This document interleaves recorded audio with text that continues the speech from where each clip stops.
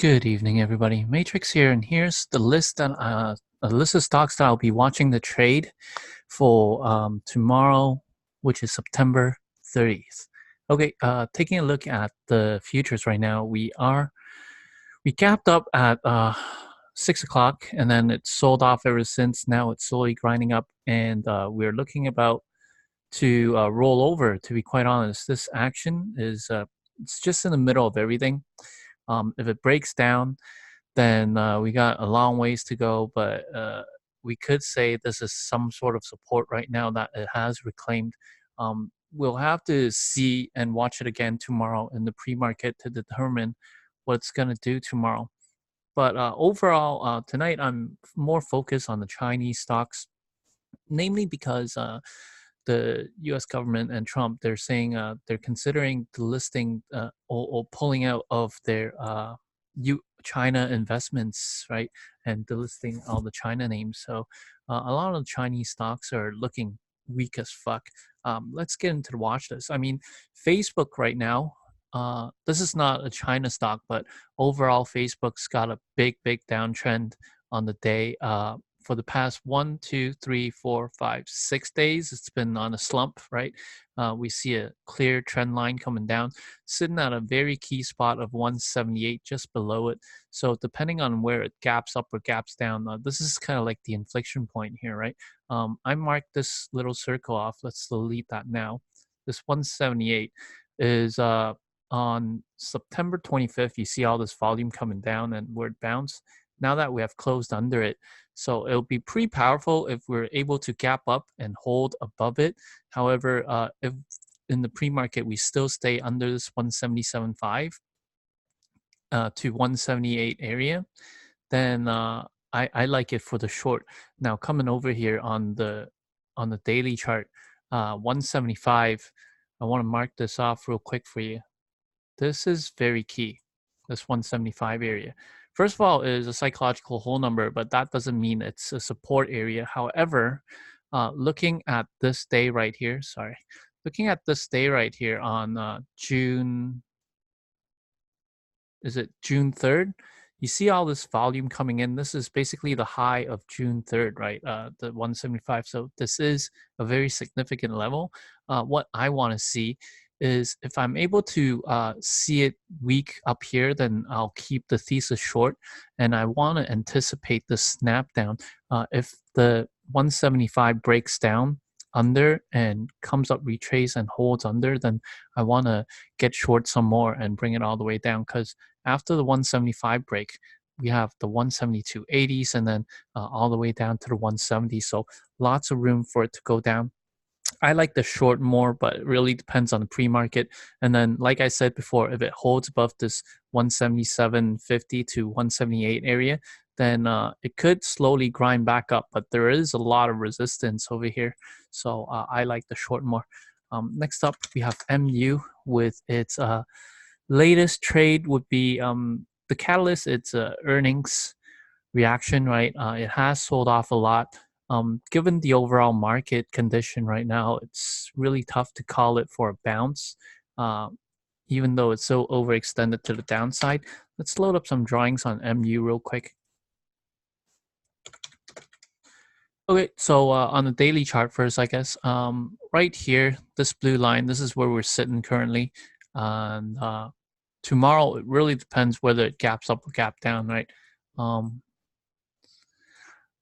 Coming into here, this 42.50 is a support area, but it's not a significant support area.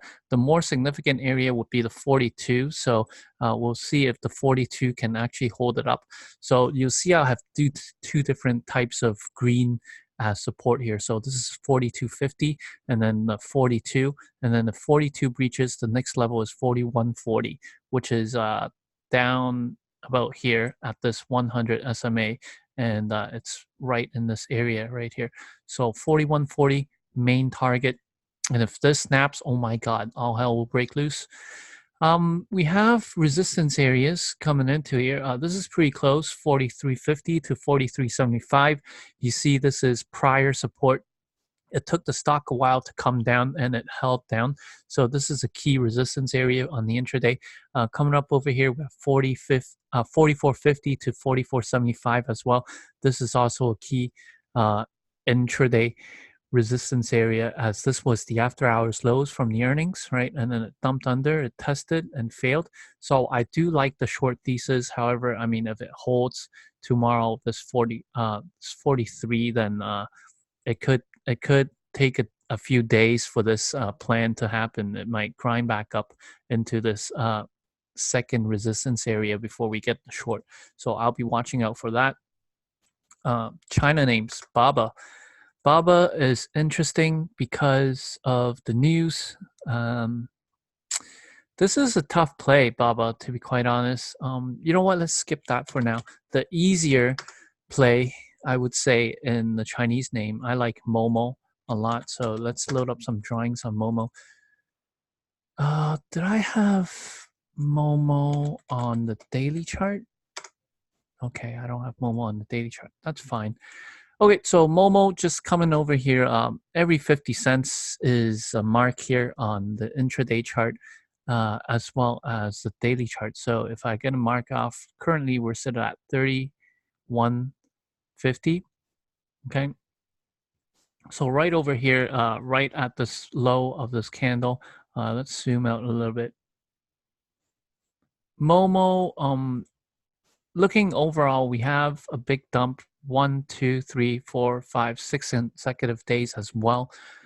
Depending on how it opens tomorrow, this 31.50 is the inflection point here. 31.50, as you can see, it's this support here coming over here. So we're in the middle of everything, and the support right here, okay, on August 1st. If we can stay above 31.50, then it's a long back up. Stay below, it's a short. I like it for a fail actually at the 32, but the 32.5 is very key area. So 32.5 coming over here onto the daily chart. Lots of resistance over here. If it can get back up to this high, this would be a fantastic short. It's basically this bounce day low and this major dump day low. Okay, so looking for a pop and drop would be nice. Try to get a nice average around the 32 to 32.5. 31 is a very key support area I want to mark off here on the daily chart. As you can see how it held all this little consolidation before the next up run here. Zooming out like a little bit, you see 31 right here as well. And if 31 snaps though, then it's a very convicted short for me. So I'm going to wait for that 31 to snap. Luckin Coffee, pretty simple. It's another Chinese name. Not really good fundamentals. Coming over here, let's load up some drawings on Luckin. Just 3 levels here. The main support area is $18 on the daily chart, so you can see that right over here. Okay. IPO. From here, it's came down to this main support area. So if 18 does snap, there's a lot of ways to go down here. Coming over here, 1950 was the low of September 24th, and also the morning low of September 27th, so yesterday. So 1950 area, more like a 1935. So let's bring it down here. Okay, so looking for a pop and drop, close right in the middle of everything.